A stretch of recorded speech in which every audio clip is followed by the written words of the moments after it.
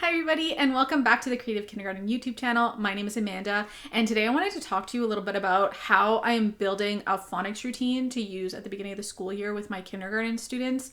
Our school board doesn't provide us with any phonics programs like Jolly Phonics or Animated Literacy or anything like that, so we kind of have to build it on our own. And I really wanted to explicitly teach phonics to my kindergarten students, and I really wanted to plan it out so that I have an idea of how it's going to go, and I want it to be a predictable routine for my students. So I thought I would share a little bit with you about that process and what that looks like, and just kind of share with you what I think I'll be doing in September and October with my students. Of course, I have not met my students yet, so this phonics routine could definitely change depending on their needs and what I see happening in the classroom. This is just my preliminary thoughts on what the routine is going to look like. If I do update my routine by taking away or adding anything to it, I will make a new video. So make sure you are subscribed, and if I do make any changes and remake this video, I will make sure I put that in the description for you to lead you to the newest video on this subject. I do have a little bit of background and knowledge of the Jolly Phonics and Animated Literacy programs. I did use them at one point, so I pull a little bit on my knowledge of that during my phonics routine. So just some background information on that. If you also have used those in the past, I do like elements of those programs. I don't think that those should be your whole program by any means, but I do like pulling certain elements of it, especially the actions that go along with each letter sound. So what I'm going to do is I made a slide deck that I'm going to be using with my students. And what I'll do is I'll share my computer screen and walk you through exactly how I would use this slide deck to build my phonics routine with my students. So what I've done here, I have my laptop on my lap so that I can actually use my computer as I'm talking to you about these slides. So if you see me looking down, that's what I'm looking at. But what you see on the screen here is the set of phonics slides that I have put together. On the first one, it's all the letters of the alphabet. I made it clickable so you can just click and go to that. If you are interested in these slides, I will put a link in the description for you so you're able to grab them. I think they will be really helpful in keeping my routine consistent with my students and also predictable so that they know what's coming, and that when we're learning our letter sounds, it's a really systematic way of doing it. So I'll just start presenting this particular slide deck, and included in this download, I also added the order in which I'm going to be teaching the letters. Again, at this moment, if I meet my students and I realize that there are other needs and other letters that they need first, we will definitely change our scope and sequence for the year depending on the needs of the students. So I just wanted to throw that out there. Let's say we're starting with the letter S, which is usually a lot of scope and sequences have the letter S. So once you click on the letter S, it's going to bring you to those sets of slides. And the first thing we want to do is actually teach the letter sound. And again, this has to be really explicit and really show the students how the sound is formed with your mouth. So S says S. And we want to make sure we're not adding, it's called the schwa E at the end. So S doesn't say S, it says S. So make sure you're not adding that extra sound on the end of it. S says S, I say it S. And then we say it, the yellow circle means that you're going to say it with your students. So we say it, S says S. And then you say it, now your students are going to say S says S on their own, and this way you can kind of look and see if there's any kind of misconceptions or anything that you have to correct with your students. Usually letter S will be pretty good, but with some of the other letters it could get a little bit more difficult, and so you want to make sure that they're using their mouth and putting their tongue, and their mouth is forming the letters properly. So S, and looking to make sure that their mouth is forming those letters. So that's the first slide. Go over it, the number of times that your students need to be able to learn that sound. If they're having difficulty, go over it again. I say it, we say it, you say it. You're never going to teach a letter sound too many times. Next, we're going to look at some real life pictures based on that letter sound. So S like socks, S like sunflower.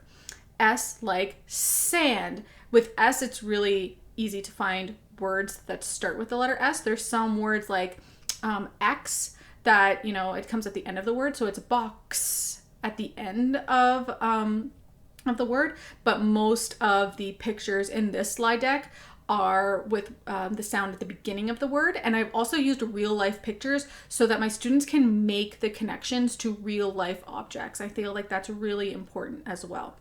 Next, you can do what other words start with the letter S, and you can have your students generate a list of words that they want to use that start with the letter S. What's really important here is to also use your students' names. So if you have a child with the letter S at the beginning of their name, make sure you add it to the list. Their names are the most important thing to them, especially as they first begin kindergarten. Sometimes they know how to spell their name, they at least know how to say their name. And knowing the first letter of their name and the sound, it makes it really meaningful and makes those explicit connections to phonics real for them. So making sure you're adding names. You won't be able to do it in present mode, but you can definitely do it by adding a text box. Let's say we have a child named Sarah, so we're going to add Sarah's name to here. You could also just insert pictures from the web. So if one child says, what other word starts? Scissors, let's say, I can see if I can add a picture of scissors from the web to our slide deck. And again, this is making it really meaningful because it's words that they're coming up with. And so you can have a whole slide deck full of pictures that they've come up with words that they've come up with. If you have pictures of your students saved to your computer, even uploading pictures of of the students to those slides would be really meaningful as well. So next, after we've built our word list around that letter, we're going to pretend that we're writing the letter. So I like to call it skywriting. First, you're going to show them how to form the letter. You can either do this like in the air as I'm doing it, or you could actually do it on a whiteboard or a chalkboard to really show them what the letter formations.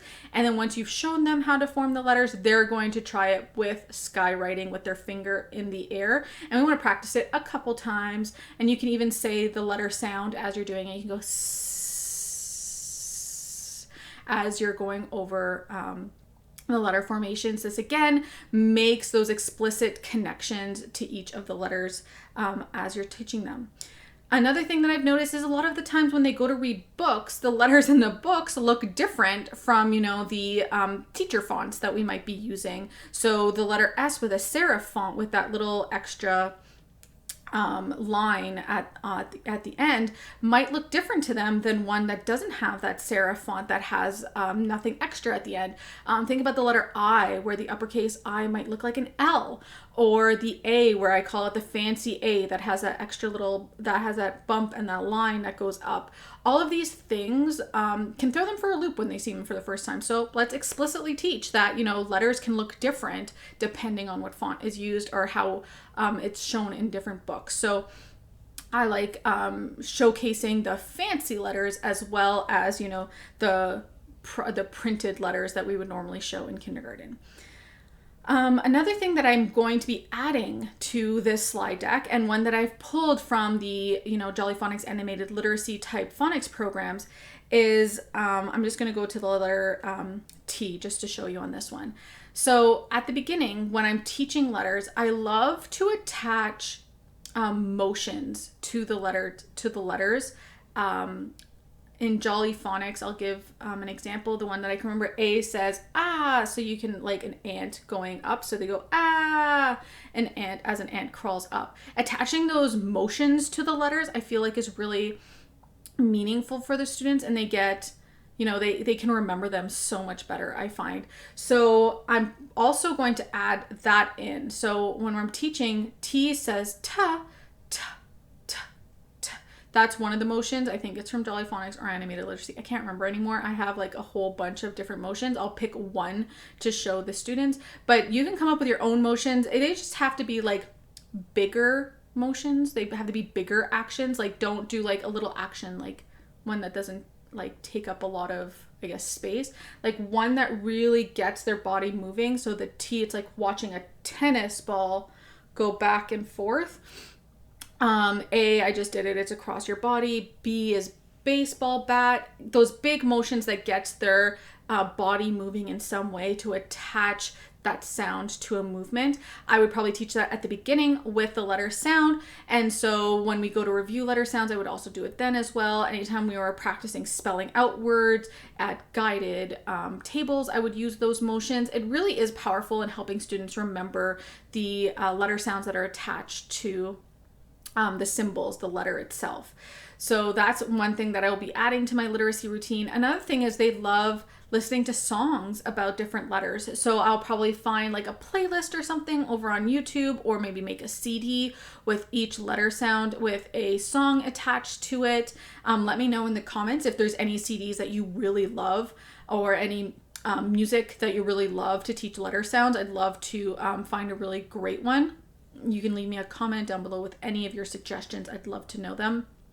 And I feel like that's really important. You can also do big movement ones. So let's make the letter T with our bodies. How can you show me what the letter T looks like with your bodies? And then some kid will stand up and like go like this, or whatever they might do. And really giving them an opportunity to move their bodies to show the letters as well. I think that's really important. So along with the slides, adding an action, doing a song, or doing a big movement activity to go along with the letter sounds can also be really powerful to teaching those phonics skills. Again, this slide deck will be linked in the description for you if you'd like to grab it in order to build your phonics routine. I think that, again, just that systematic, explicit teaching of phonics skills is really important to that basis for future literacy skills and reading skills. So I really wanted to make something that would be impactful for my students. So I hope that this works really well for them. Again, I will update you if I have to make any changes to it or anything like that. So thank you so much for joining me. If you have anything that works really well in your phonics routine, make sure you leave me a comment. If you enjoyed this video and want to see more videos like this from me, make sure you subscribed. And if you did like this video, make sure you hit that thumbs up button. And thank you so much for joining me, and I will talk to you guys next time. Bye.